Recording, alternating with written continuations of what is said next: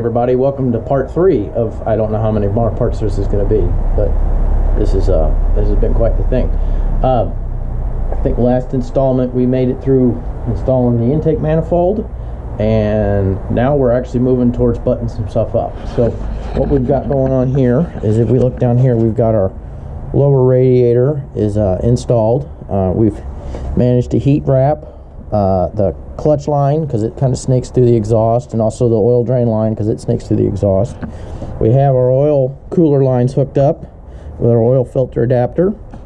Here's our new oil cooler, all mounted and bolted in. The intercooler is bolted in. We are going to go wash the metal out of the intercooler piping and then get all that bolted in, hopefully for the last time. And that'll get us all the way up to the cold side, all the way to the throttle body. So let's get at it. Okay, so we're in the kitchen. You might wonder, why are we in a kitchen? We're supposed to be working on a car. Well, things you got to look at when you're working on these cars and doing these eBay kits. This is our intercooler piping, and I don't know if you can see inside here, but it's the pipes are full of chunks of aluminum from the cutting and mandrel bending process. And if we installed these on the car, we quickly fill the engine up with metal. So they need to be washed. Just dish soap, some hot water, and the sprayer thing comes in handy too. Washing, let's show you.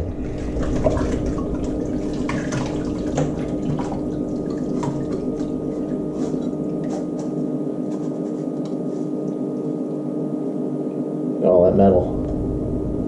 So, you know, this is step one. I think it's the biggest thing when you're dealing with these cheap eBay parts is clean them before you put them in the car, and it might not blow up. Look at all the metal we cleaned out of those pipes. They're in the drying rack now. But, you know, you don't just bolt this stuff on, folks. This would have been a catastrophe. You know, this metal would have been sucked into the engine, and that would have been it.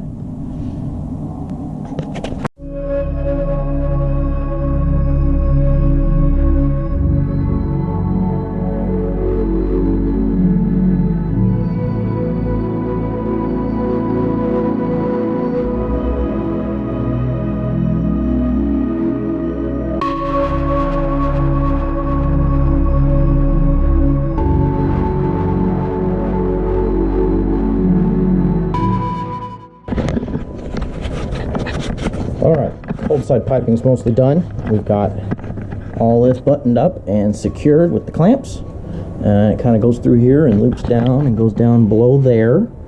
And then we may need to shield that or something. And we're coming up here. This gap is for the blow-off valve. It actually comes with a piece of pipe that'll go in here that's got the flange on it. So the blow-off valve will go here and make psh psh noises. Next thing we got to do is plumb up the catch cans over there, the wastegate, which requires a solenoid, and yeah, moving right along.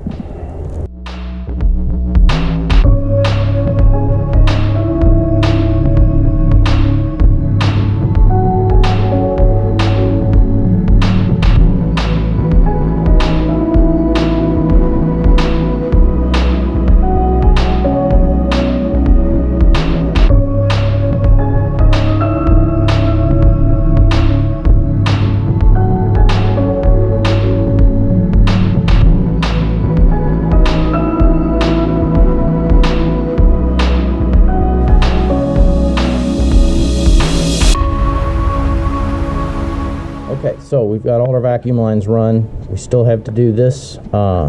This PCV connection, valve cover there, needs to tee in with this guy, go through this catch can, and eventually go into here. So I need some fitting to go there, an adapter to shrink this down to this size, which we'll have to go to the store and get because I don't have one. And we've got our boost solenoid plumbed in. We need to replace this with a better zip tie, but we will in a second. But yeah, moving right along. Okay, our blow-off valve kit showed up. BOVGSRED. Came with the pipe, like I said. We've got some flash on the inside we need to grind off, but it's got our flange already ticked on. I gotta give a shout out to DNA Motorsports on eBay, and they're the outfit that sells most of the stuff that's been on this kit, and they're not paying me to say this, but they've been great to work with. They ship fast. When we had a problem with the kit, there was a missing part, and they just credited me like 25 bucks because I had to make the part. It was just a dump tube. But we've got our little blow-off valve now, and let's clean this edge up and get it installed.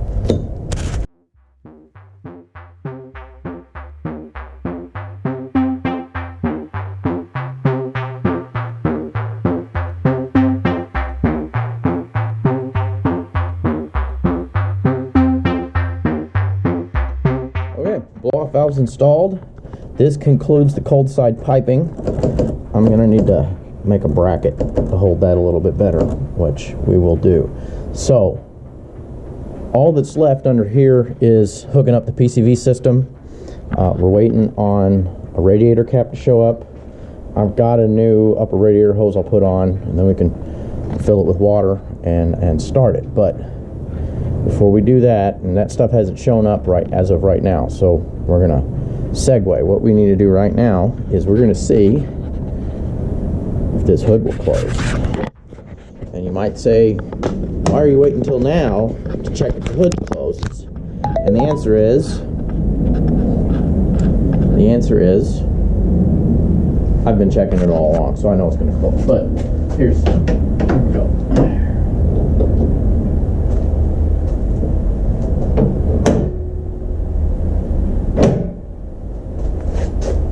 Alright, I think that did it. Let's take a look down here. We are just barely touching right there, but that's okay. I might just whack that with the hammer. So this looks great. Alright, so we are still waiting on some emissions parts. Finish that PCV system out and some other things. So we're going to pivot a little bit, and we are going to do something to this hood. This looks like a perfectly nice hood. It is. We're about to cut a really big hole in it, because what we have over here is from our friends at Track Spec, and this was a Black Friday deal. We've got an extractor vent for the hood, right? So this guy's gonna go right about there, and what that gets us is, you know, when you're dealing with this, you need a low pressure area to help extract air from the hood. This hood kind of slopes up here. What happens when air hits things like this is it actually hits the nose over here. It rides up over.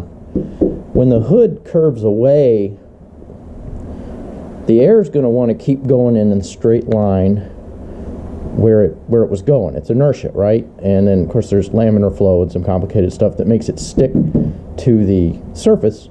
But generally, when it makes this turn right here, it's going to want to keep going that way, which creates a low pressure area right here. So this is going to be the best spot for this. That low pressure area will combine with higher pressure underneath the hood from the air packing the engine bay through the heat exchangers, and it'll spit it all out the top, and it's going to get airflow through the radiator is going to go way up. All the air packing in the engine bay actually creates a high pressure underneath the hood, which can actually pick the car up off the ground. I've actually experienced that with this car over here, the Buick.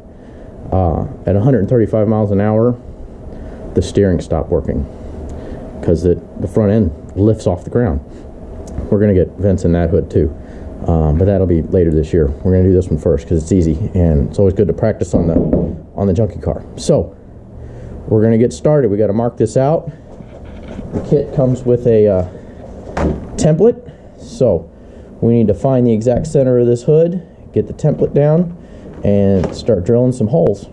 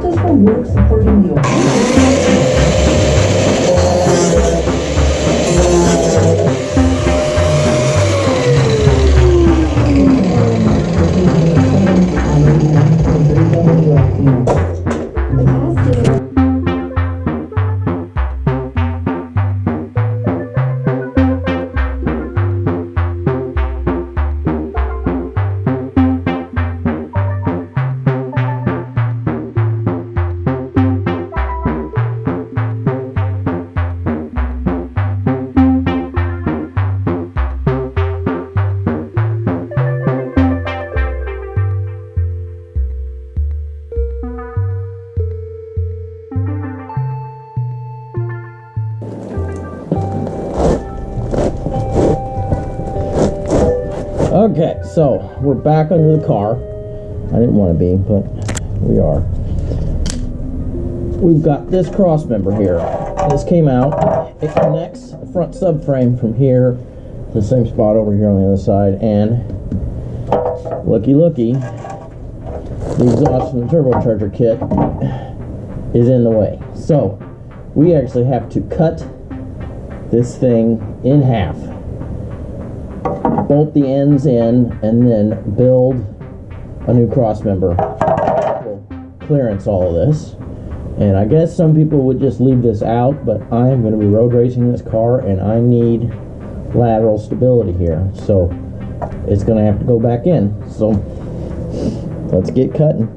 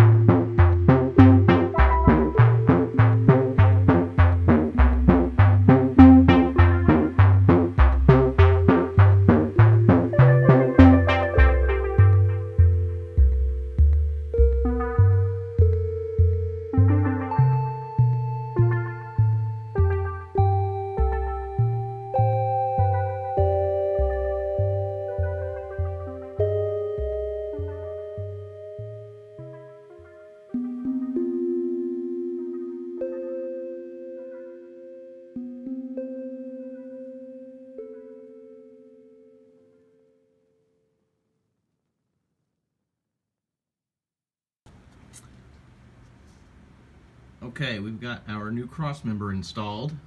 Old cross member. This thing is boxed and gusseted. It is plenty stout. So we've got that problem taken care of. Now the next thing we ran into was the clutch didn't work. This is kind of a weird thing. This is more stuff that eBay kits, and you'll see a clip right now of the clutch hitting the downpipe. And what we've done is we've got to move the lens so you can see it. You'll be seeing it. You can see it down there. Right here. We've got to we have had to trim the clutch fork so that it didn't hit the downpipe when you put the clutch in. So that's done. The upper and lower radiator hoses are in. We have new fans. They are in. I had to remove that intake charge pipe to get to the clutch fork. We got water in it. It's pure water right now because once we start it, we're going to run it and then drain it to clean it out. Moving right along. It's actually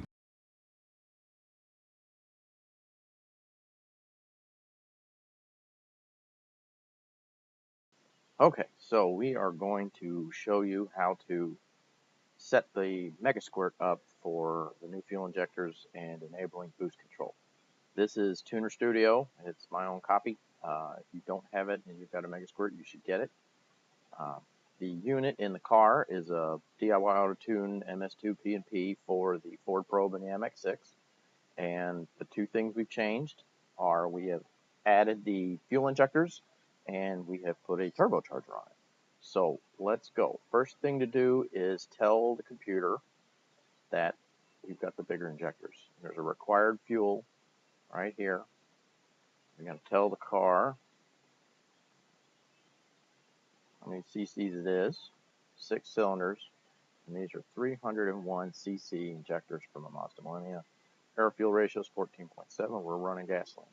Boom. New required fuel. This number goes down because the injectors are bigger, so shorter squirts to keep it idling. So we'll close that. The next thing we have to do is enable boost control. Now we have an electronic solenoid that we wired in, so we are going to turn on boost control. Turn it on. This pin is already defined in the computer. Your mileage may vary if you don't have this exact computer. The boost algorithm, we want closed loop. We want the computer to control the boost. Fuel cut. This is absolute manifold pressure, not boost pressure. So, atmospheric is about 100 kPa. 50 psi on top of that is a little bit less than 7 psi. We want to set this at 170. So if we overboost, it's going to cut something. We want to cut spark, not fuel. If you cut fuel, the engine will go lean and you'll melt a piston. Cut the spark, the unburned fuel will cool the engine off. We're done with that. Close. Now we need to set the boost target table. This table is blank. The vertical column is throttle percentage. The bottom column is RPM. So at the top, we want 100% throttle, right? And we just need to kind of fill this in, going down. 70, 50. And we'll go 30 and 20, and then 0. And then over here, we're going to say, got the rev limiter set at 7,500, so I'll probably never go there. So we'll leave 7,000, 6,500 just to start. I'm going to do, oops, not 600, 6,000, 5.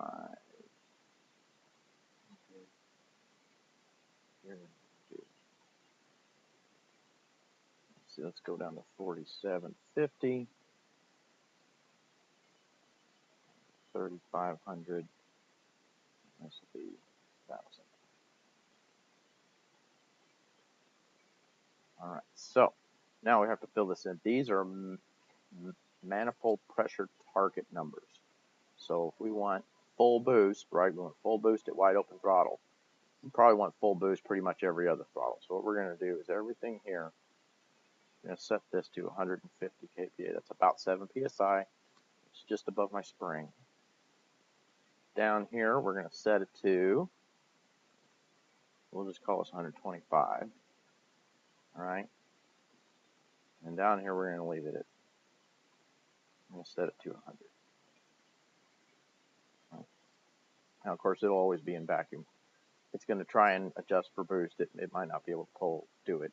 But these are manifold pressure targets at all of these throttle inputs. And we'll just save it. So that's the end there. That's how to turn on boost and boost control. Now, obviously, all of that needs to be tuned. Okay, we did crank it. We do have oil going to all the right places. It just wasn't spinning fast enough. So we also don't have any leaks visible right now. So let's see if she starts.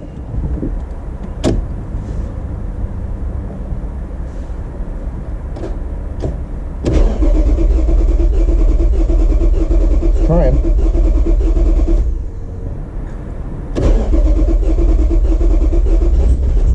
Ooh, ooh.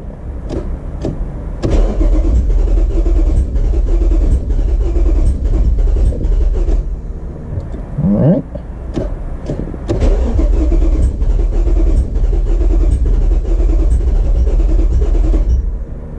Interesting. All right, so we tried to start it and it's kicking over, but we're dropping to 9 volts while cranking, and you'll see why here. So we had tried to prime the oil system by just turning the engine over, and we murdered the battery. So it's got to charge for a little bit. We used my good old-fashioned ancient century 10 amp charger instead of my DC 400, which is over on the floor, because that one's only 4 amps. It takes too long. We did find one leak. I had not tightened this fitting all the way down, and it was leaking through this gasket. And so we have cinched that down and wiped it off. There's a nice little puddle on the floor underneath the car, but we'll get that cleaned up in a little bit while we wait for this to charge. Okay, we are here the next day. We have a fully charged battery. So let's see if this thing will start. Power on. Got voltage, 12.3 volts. Let's see what she does here. Okay, that's good. So let's go to, we're going to add some cranking pulse here. It is, and we're going to add a lot of cranking pulse. Come here, you. There we go. Burn that. All right. You're trying. All right, let's add some more fuel here. Go way up. Oh, need to burn.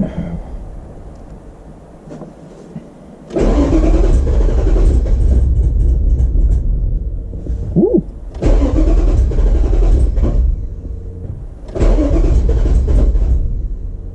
It's wanting to go. Let's go lower. Let's see. Burn. Smell gas. That's good. Oh, that's good. Let's go down a little bit further down. Keep lowering it till we can get it to fire.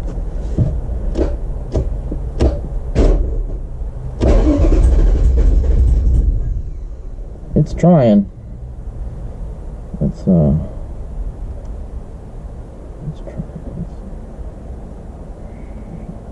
Way up here. Or just swinging the cranking pulse all over the place. See if we can get it to catch. Nope.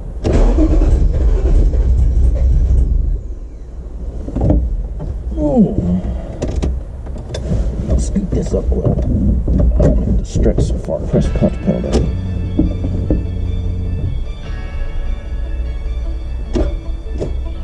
Oh, come on. It's trying.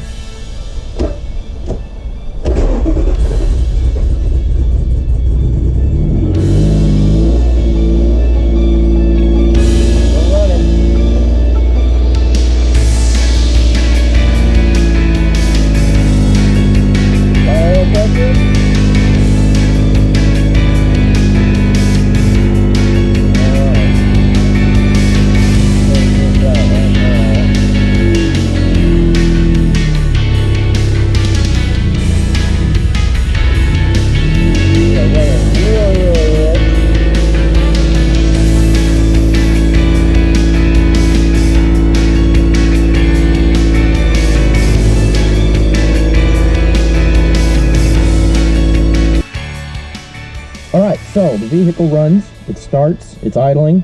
We've got a pretty vicious exhaust leak we're going to need to track down. But it starts, runs, revs fine. We'll obviously have some fine tuning to go, but we need to plug that exhaust leak. And we've got no wideband signal, so we're going to have to fix that too. But the turbo probe's alive.